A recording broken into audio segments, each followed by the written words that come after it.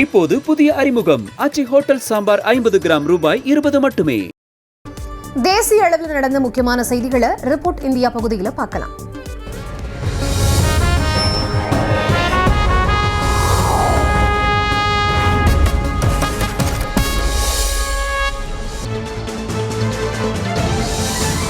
புற்றுநோய் போன்ற உயிருக்கு ஆபத்தான நோய்களில் இருந்து காக்கும் ஜீன் தெரபி சிகிச்சைக்கு ஜிஎஸ்டி வரியில் இருந்து முற்றிலும் விலக்கு அளிக்கப்படுவதாக மத்திய நிதியமைச்சர் நிர்மலா சீதாராமன் தெரிவித்திருக்கிறார். ராஜஸ்தான் மாநிலம் ஜெய்சால்மரில் நடைபெற்ற 55வது ஜிஎஸ்டி கவுன்சில் கூட்டத்தில் எடுக்கப்பட்ட முடிவுகள் குறித்து செய்தியாளர்களுக்கு பேட்டியளித்த நிர்மலா சீதாராமன் ஜிஎஸ்டி வரி குறித்து யூகத்தின் அடிப்படையில் தகவல்களை பரப்பக்கூடாது என கேட்டுக்கொண்டார். மேலும் செறிவூட்டப்பட்ட அரிசி மீதான ஜிஎஸ்டி வரி 18% இருந்து 5% குறைக்கப்பட்டிருப்பதாகவும் மிளகு மற்றும் உலர் திராட்சைகளை விவசாயிகள் விற்பனை செய்யும் போது எந்த விதமான ஜிஎஸ்டி வரியும் இல்லை என கூறினார். பஞ்சாப் மாநிலம் மொஹாலியில் 3 மாடி கட்டடம் இடிந்து விழுந்து விபத்துக்குள்ளானது. இடிபாடுகளில் 15 பேர் சிக்கி இருப்பதாக அஞ்சப்படும் நிலையில் மீட்பு பணிகள் தீவிரமாக நடைபெற்று வருகின்றன.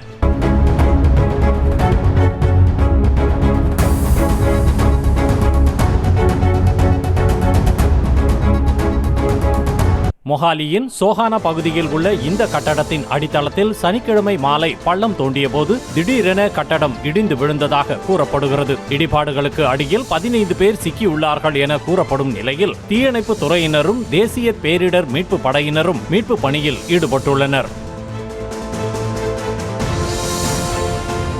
ராஜஸ்தான் மாநிலத்தில் நெடுஞ்சாலையில் சென்று கொண்டிருந்த கார் விபத்துக்குள்ளாகி 8 முறை பல்ச்சி அடித்த பதைக்க வைக்கும் சிசிடிவி காட்சி வெளியாகியுள்ளது. நாகபூர் பகுதியில் நெடுஞ்சாலையில் சென்று கொண்டிருந்த சொகுசு காரை ஓட்டுநர் திடீரென திருப்ப முயன்ற போது கட்டுப்பாட்டை இழந்து விபத்துக்குள்ளாகி சுமார் 8 முறை பல்ச்சி அடித்து சாலையோரம் இருந்த ஷோரூம் கேட்டில் பயங்கரமாக மோதியது. இதில் கார் பலத்த சேதமடைந்த நிலையில் அதில் பயணம் செய்தவர்களுக்கு என்ன ஆனது என பதறி அடித்துக் கொண்டு ஷோரூமில் உள்ளவர்கள் ஓடி வந்தனர். ஆனால் காரில் பயணம் செய்த 5 பேரும் சிறு காயம் கூட இல்லாமல் வெளியே வந்ததோடு கூலாக பிளீஸ் ஒரு கப் டீ கிடைக்குமா என்று கேட்டு ஷோரூம் ஊழியர்களை அதிர்ச்சிக்குள்ளாக்கினர். தாம் முதல்வராக இருக்கும் வரை தெலங்கானாவில் திரைப்பட சிறப்பு காட்சிகளுக்கு அனுமதி கிடையாது என அம்மாநில முதலமைச்சர் ரேவந்த் ரெட்டி அறிவித்திருக்கிறார். புஷ்பா 2 சிறப்பு காட்சியின் போது கூட்ட நெரிசலில் சிக்கி பெண் ஒருவர் உயிரிழந்தது மற்றும் அவரது மகன் மூளைச்சாவு அடைந்தது குறித்து சட்டமன்றத்தில் AIMIM கட்சியின் தலைவர் அக்பருதீன் ஒவைசி கேள்வி எழுப்பினார். இதற்கு பதிலளித்த ரேவந்த் ரெட்டி பாதிக்கப்பட்ட சிறுவன் மீது அனுதாபம் காட்டாமல் சினிமா பிரபலங்கள் நடிகரை சுற்றி நிற்பதாக வேதனை தெரிவித்தார். மேலும் மக்களுக்கு சிரமத்தை ஏற்படுத்துபவர்களை அரசு பார்த்து கொண்டு சும்மா இருக்காது என்றும் இதுபோன்ற கூட்ட நெரிசல் ஏற்பட காரணமாக இருந்தவர்களுக்கு சலுகைகளை வழங்க முடியாது எனவும் கூறினார்.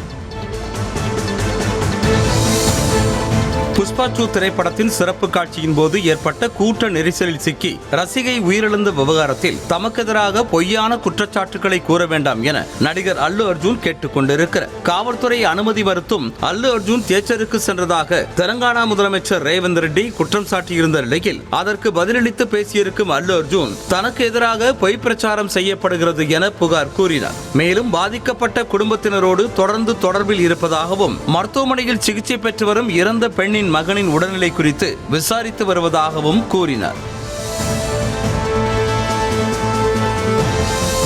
மகாராஷ்டிரா மாநில முதலமைச்சர் தேவேந்திர பட்னவிஸ் புதிதாக பதவியேற்ற அமைச்சர்களுக்கான இலாக்காக்களை ஒதுக்கீடு செய்து அறிவித்திருக்கிறார். அதன்படி உள்துறையை தனது வசமே வைத்துக் கொண்ட பட்னவிஸ் எரிசக்தி, சட்டம் மற்றும் நீதித்துறை, பொது நிர்வாகத்துறை, தகவல் மற்றும் விளம்பரத்துறைகளையும் கவனித்துக் கொள்வதாக தெரிவிக்கப்பட்டுள்ளது. மேலும் துணை முதலமைச்சர் ஏக்நாத் ஷிண்டேவிற்கு நகர்ப்புற வளர்ச்சி, வீட்டு வசதி மற்றும் பொதுப்பணித்துறையும், மற்றொரு துணை முதல்வரான அஜித் பவாருக்கு நிதி மற்றும் திட்டமிடல், கலால் துறையும் ஒதுக்கீடு செய்யப்பட்டுள்ளன.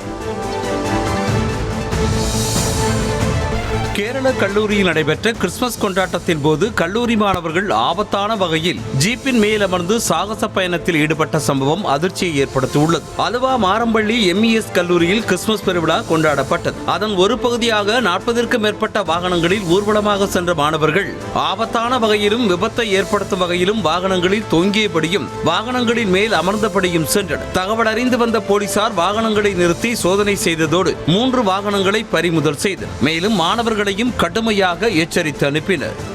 இப்போது புதிய அறிமுகம் ஆச்சி ஹோட்டல் சாம்பார் 50 கிராம் ரூபாய் 20 மட்டுமே.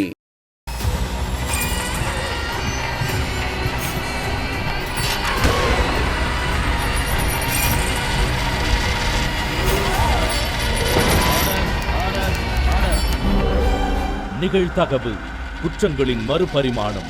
நாள்தோறும் இரவு 10 மணிக்கு இணைந்திருங்கள் நமது நியூஸ் தமிழ் தொலைக்காட்சியோடு.